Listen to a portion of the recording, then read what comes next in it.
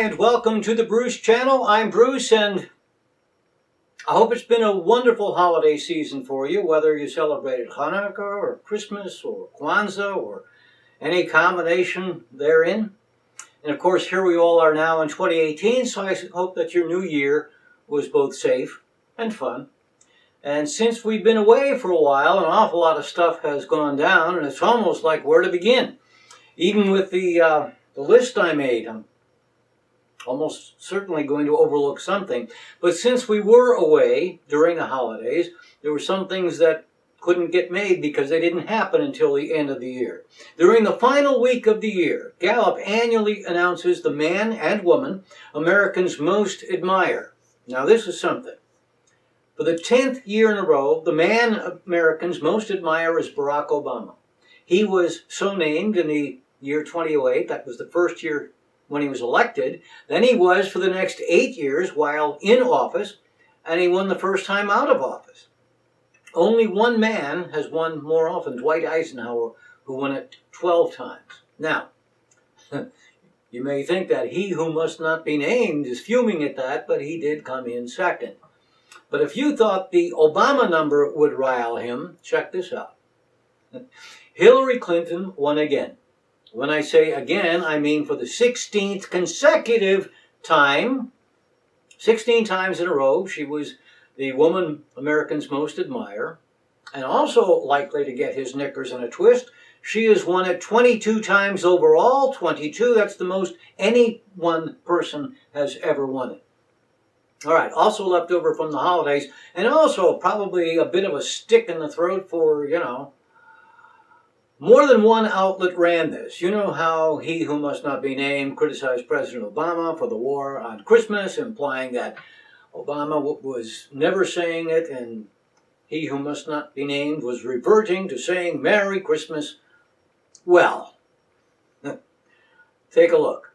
Have a very Merry Christmas. We want to say Merry Christmas to everybody. A very, very Merry Christmas and a holiday filled with joy. I want to wish every American a Merry Christmas. Merry Christmas, everybody. Merry Christmas. So Merry Christmas, everyone. Merry Christmas. Merry Christmas, everybody. Merry Christmas. All right, Merry Christmas. Merry Christmas, everybody.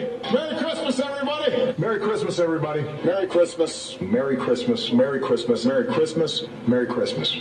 Mele Kaliki Maka, everybody. And just for the record, before he entered politics and thus tried to make Christmas a political issue, all right, still, that's last year's news. So, as I record this, the first week of the new year, it's not even fully in the books. And we hear a president of the United States bragging about his big button. And then all hell breaks loose midweek when excerpts from Michael Wolff's new book, Fire and Fury, excerpts were published. The book was scheduled to be published on this Tuesday, the 9th. And you've read about it or heard about it. I'm sure even Fox News hasn't been able to ignore it. And Wolff is a storyteller, not a journalist, as, say, Bob Woodward. That's true. But it doesn't mean it's made up of whole cloth. And what it says, even if there's an exaggeration here, and he does, by the way, say he's got tapes, it's no less than explosive. So the White House goes into full circle of wagons mode. I get that. That was expected. But this was also predictable. The lawyers fired a cease and desist order against Wolff and the publisher. Well, I'm not a lawyer. I've never even played a lawyer on TV, but even I know you're allowed to opine, you're allowed to quote, and you're allowed to publish. So the threats of the lawsuit are empty, but also he's previously threatened to sue investigative reporter David K. Johnston, but he didn't. He threatened to sue Lawrence O'Donnell, but he didn't. And of course, he threatened to sue all the many women who accused him of sexual misconduct, but he didn't. But by filing the cease and desist, several things happened. He suddenly brought it to the forefront of everyone's consciousness. It's analogous to when Dolores Umbridge in Harry Potter and the Order of the Phoenix bans the paper that published Harry's account of what happened the previous year. And as Hermione said, Oh, Harry, don't you see? If he could have done one thing to make it absolutely sure that every single person in the school will read your interview, it was banning it. So, yeah, guess what happened? It was like 48,000 in popularity at Amazon, and that's low. Even my book has been higher than that, to number 1 in one day. And one other note, in a Saturday morning tweet, just yesterday, the President of the United States said his 2 greatest assets have been, and I'm quoting, mental stability and being like really smart. Who does this? Who says things like this? I can handle things. I'm smart. Not like everybody says. Like dumb, I'm smart and I want respect. So here we are, 2018. Last year, we all learned a new vocabulary word, dotard. And now we've learned another one already. More correctly than bomb cyclone, which has been used, is bombogenesis. And actually more correctly still than that is bombocyclogenesis. Huge, massive storm that some were calling a winter hurricane, and that's wrong. Totally off the mark. A hurricane or typhoon, by definition, forms over warm tropical water. Now this storm formed over water, and certainly it wasn't tropical, but water isn't even relevant. What made this fulfill the bomb definition was that the barometric pressure dropped over 24 millibars of mercury in 24 hours.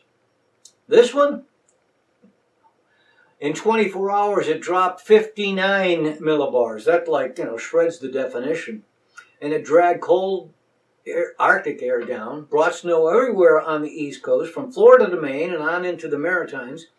Some of the wind speeds were over 100 miles an hour. And with high tide, downtown Boston got flooded. All over the eastern seaboard, there were lots of airline cancellations. Take a look at the satellite image. You can see, now the storm is still, at this point, still in the northeast, but you can see snow on the ground in Georgia, the Carolinas, because, the storm's gone. That white near the coast, that's all snow.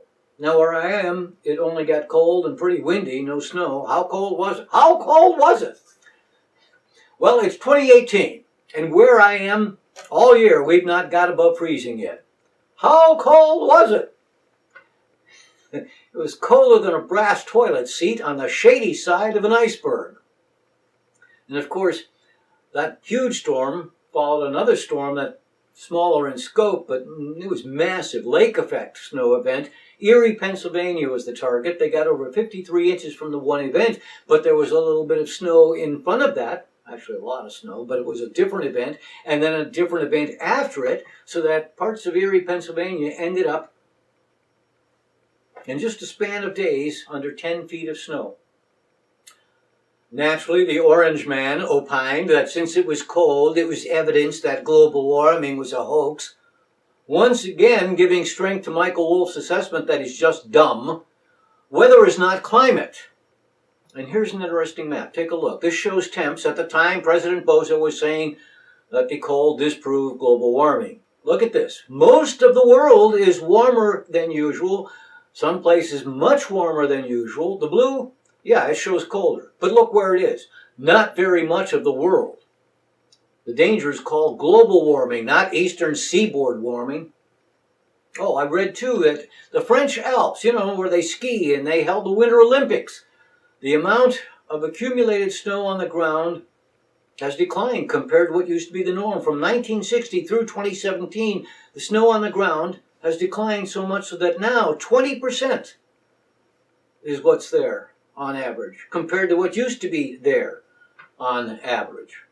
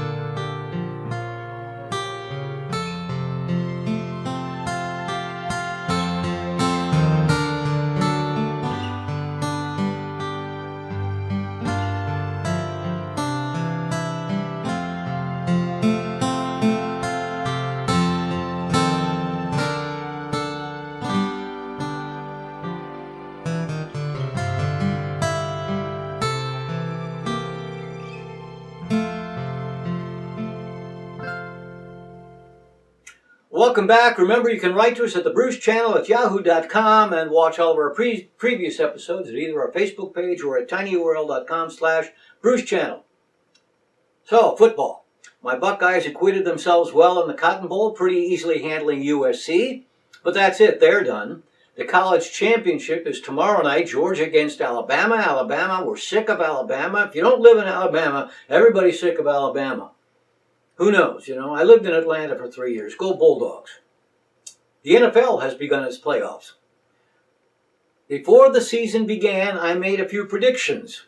I said it's always silly to do before the season begins predictions, partly because injuries are impossible to predict, but nevertheless, it's fun, so I made my picks. I said my Browns would surprise. And I said there would be a breakout team or two, and I predicted the Pittsburgh Steelers would meet the Patriots for the AFC Championships, and that the Green Bay Packers would beat Seattle for the NFC Championship, and that the Steelers would beat the Packers in the Super Bowl. Well, the Browns did surprise. In fact, despite the frigid cold, they had a parade yesterday. Yeah, in Cleveland, a parade for the Browns. And while I thought they might be one of the breakout teams, instead it was the Rams, who went from 2 wins last year to NFC West champs this year. And the similarly hapless Jacksonville Jaguars, they're in the playoffs. Largely because their defense is stifling, but wow. Both the Seahawks and the Packers are done, largely due to injuries, and particularly with the Packers, their future Hall of Fame quarterback, Aaron Rodgers, went down for half the season. And that pretty much took them out of it. Now, there's still a month of football, but right now, my AFC picks, New England and Pittsburgh, they're the number 1 and 2 seeds, so maybe. Oh, only sort of a football note.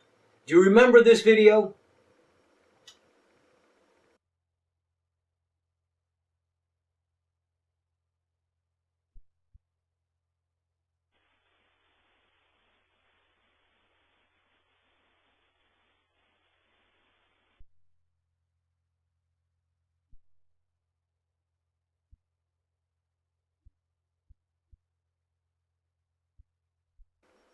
Yeah, that's from 2014. The cat, named Tara, went after the dog, attacked the little boy, quite probably saving his life, while Tara and her family were honored by being on a float for the Rose Bowl Day Parade. How about that? So yeah, during our last get-together, I spoke a bit about football, and then in a different segment, I'd mentioned that the Me Too revelations hadn't diminished, that there was still a surprise every day or a couple a week. And that last show went up on December 17th. All right. By game time that afternoon, we'd learned that the Carolina Panthers, the owner, Jerry Richardson, was going to have allegations of misconduct investigated by the NFL. By evening, he announced in a written statement that he would sell the team after the team's last game this year. Then on Monday, it was announced that he'd cleared his desk and turned over all operations to others. Bang, bang, bang, just like that. Earlier this week, I was talking to a friend of mine, and he said, just think, it's been a week and no one else has come forward. No one's been accused. I told him, yeah, but it's been the holidays. We've all been distracted by the holidays, and sure enough, another film director has now been accused near the end of the week. I'm not familiar with him. Haggis, I think is his name. But the beat goes on. Hey, let me tell you about my book, Shrink. For most of my adult life, I weighed a little over 100 pounds, not much more than in this picture taken when I was about 17 and considering becoming a jockey. But as is often true, once I crossed into my 40s, extra weight came and it stayed. For years I tried to lose, instead gained, and ended up 153 pounds. And I'm embarrassed to show you this video. Then I learned that it isn't about calories and exercise, but instead it's about what you eat. You might say, sure, ice cream makes you fat. But there were surprises, things like orange juice not being such a wise choice if you're trying to lose weight. So I just made some basic changes to what I ate, not how much, and the weight just fell off. Now, nearly 3 years later, it is still off. And don't misunderstand, I'm eating foods I like, not bamboo shoots. Friends ask me how I did it so often, I put it in a book. It's available as an ebook for all platforms, and the print edition is available at barnesandnoble.com and amazon.com. Hey, you can shrink too. So I saw an article in Vox earlier this week. The title, "The Science is In. Exercise Won't Help You Lose Much Weight." Well, they're a little late to that party. I mean, 4 years ago, when I was writing this and putting the finishing touches on my book Shrink, yeah, the one we just saw spoken of, you know, in it I show the fallacy of the trying to exercise your way to thinness. Of course, if you've read it, you already know that. Now, don't misunderstand. I encourage you and everyone to exercise. So does the article in Vox. Exercise is good for you. In fact, good for you understates it. It's one of the very best things you can do for overall health. But as a means to lose weight, not so very effective. I explain that in the book.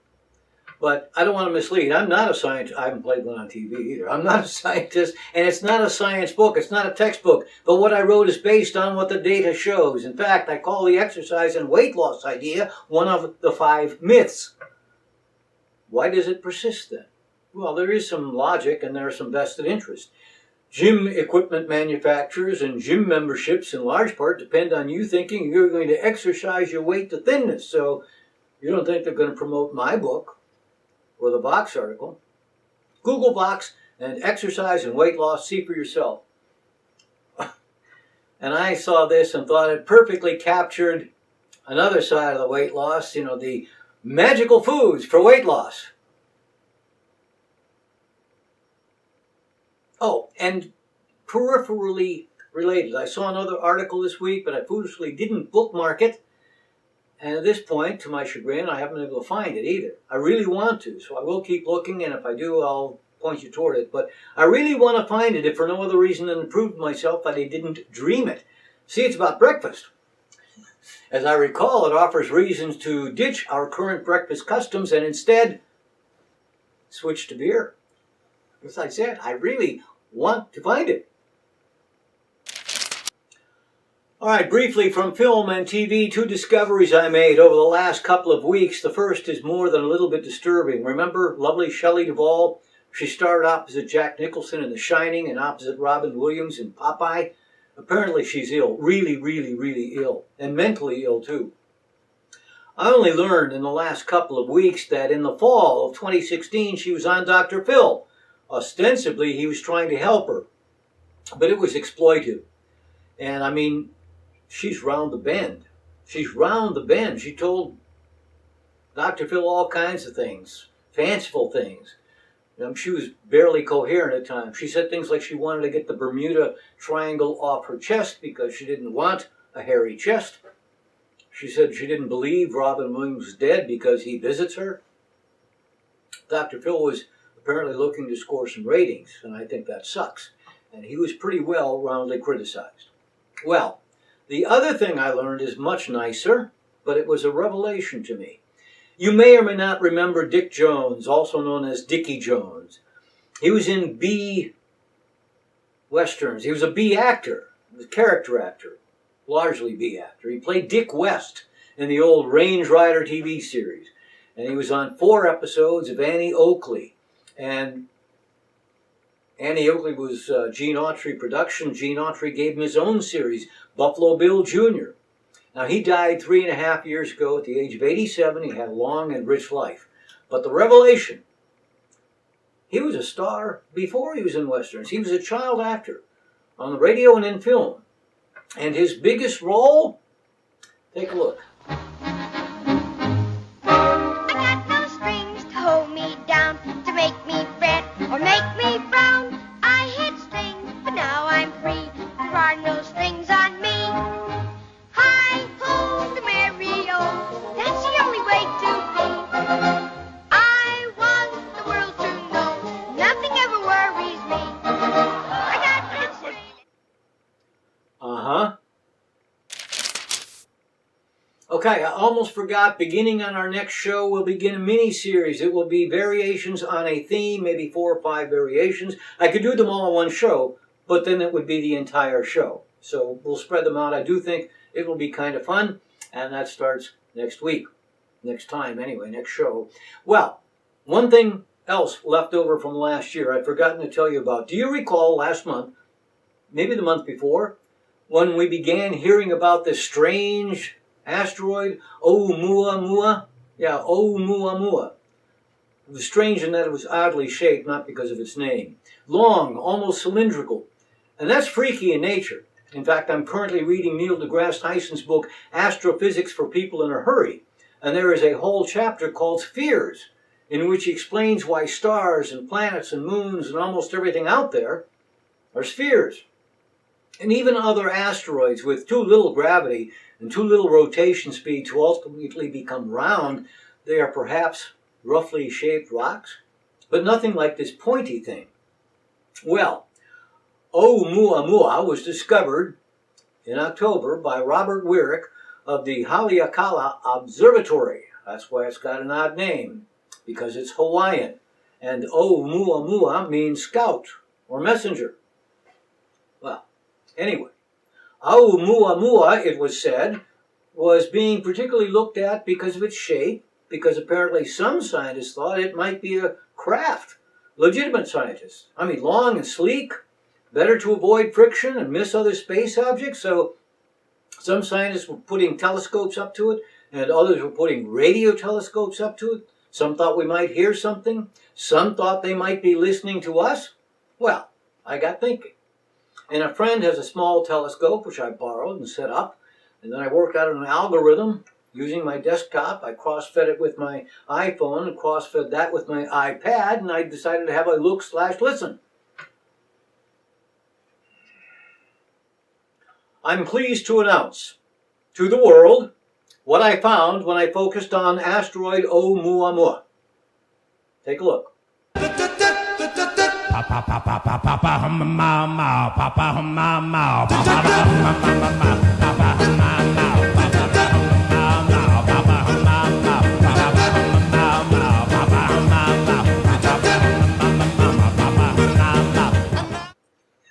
There you go. I expect I'll be hearing from the Nobel Committee sometime soon, so I'll go have to clean up and tidy things. But before I leave, let me say this. I do hope your upcoming week is the best you've ever had, even if you don't hear from the Nobel Committee.